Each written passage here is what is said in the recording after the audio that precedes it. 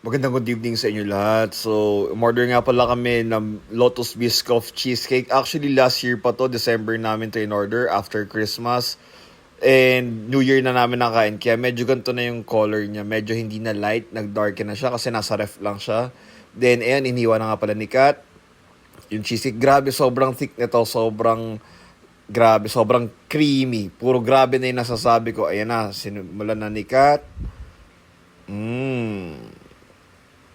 Antayin nyo yung... Ay, ba't di nakita yung happy dance niya? Dapat may happy dance yun, hindi ko alam ba't nawala. Tapos syempre ako naman, nung naghiwa na ako ng mas malaki. Then,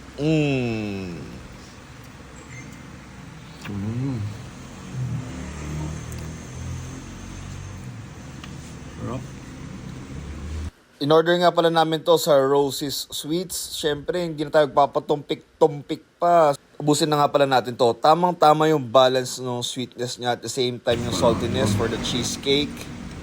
Ay, grabe. Ang sarap manalo. O-order kami ulit nito. Sobrang sarap nga pala yung sinabi ko dyan. Kung nabasa nyo sa pagsasalita ko, sa bibig ko, diba? And, huwag na natin ipakita yan kasi mauubos ko na yan. Like and follow for more!